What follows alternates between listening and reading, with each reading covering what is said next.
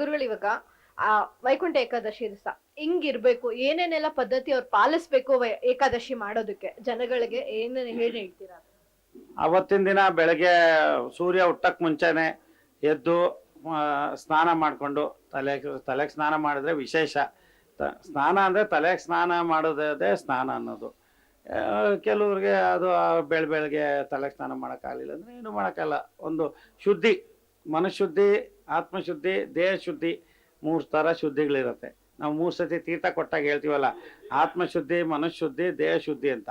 ಆ ಒಂದು ಶುದ್ಧಿಗೋಸ್ಕರ ದೇಹನ ಶುದ್ಧಿ ಮಾಡಿಕೊಂಡು ಒಂದು ದೇವ್ರ ಮನೇಲಿ ದೇವ್ರ ಪೂಜೆ ಮಾಡಿ, ಅದಾದ ನಂತರ ವಿಷ್ಣು ಸಹಸ್ರನಾಮ ಪಾರಾಯಣ ಮಾಡಿ, ವಿಷ್ಣು ಸಹಸ್ರನಾಮ ಪಾರಾಯಣ ಮಾಡಿದ್ರೆ ವಿಶೇಷ. ಅದಾದ್ಮೇಲೆ ದೇವ್ರ ದರ್ಶನ ಮಾಡಿಕೊಂಡು ವೈಕುಂಠ ದ್ವಾರ ದರ್ಶನ ಮಾಡಿಕೊಂಡು ಹೋಗಿ ಆಮೇಲೆ ಅವತ್ತಿನ ದಿನ ಉಪವಾಸ ಇದ್ದು ಏನೋ ಒಂದು ಫಲಾರ, ಅಕಸ್ಮಾತ್ ಮೈ ತಡೆಯೋಕ್ಕಾಗಲಿಲ್ಲ ಅಂದರೆ ಏನೋ ಒಂದು ಚಿಕ್ಕದಾಗಿ ಒಂದು ಫಲಾರ ಮಾಡಿಕೊಂಡು ಮಾಡೋದು ಒಳ್ಳೆಯದು.